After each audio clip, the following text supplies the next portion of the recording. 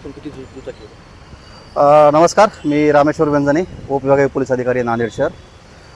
नांदेड शहरामधून गेल्या काही दिवसामध्ये वारंवार दुचाकी चोरीला गेलेले आहेत आणि सदर प्रकरणामध्ये जे जे गुन्हे दाखल आहेत ते दाखल गुन्ह्यांचा तपास करून ते गुन्हे उघडकीस आणण्याबाबतचे आदेश आपण शहरातील सर्व DB पथकाला दिले होते.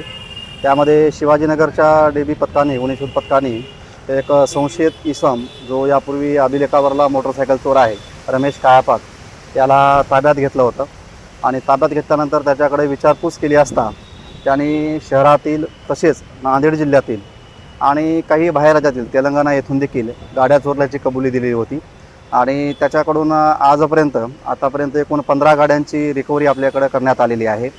या 15पैकी एकूण 13 ज्या गाड्या आहेत ह्या आपल्या नांदेड शहरातील त्याचप्रमाणे नांदेड जिल्ह्यातील आहेत आणि ज्या उर्वरित 2 गाड्या आहेत, 2 मोटरसायकल आहेत, त्या तेलंगणा राज्यातील असल्याचे प्राथमिकदृष्ट्या दिसून येत आहे.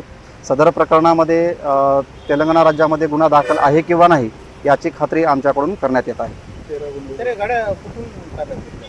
या ज्या गाड्या आहेत ह्या प्रामुख्याने किनवट तालुक्यातून ताब्यात घेतलेल्या आहेत, वेगवेगळ्या गावांमधून.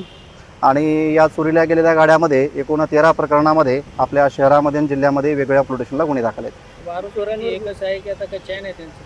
नाही, हा जो आहे हा अभिलेखावरला आरोपी आहे. हा नेहमी एकटाच शहरामध्ये येतो, एक मोटरसायकल चोरतो आणि ग्रामीण भागामध्ये नेऊन विकतो, अशी याची मोडस आहे. यामध्ये आत्तापर्यंत तरी कुठली एखादी गँग आहे असं निष्पन्न झालेलं नाही आहे.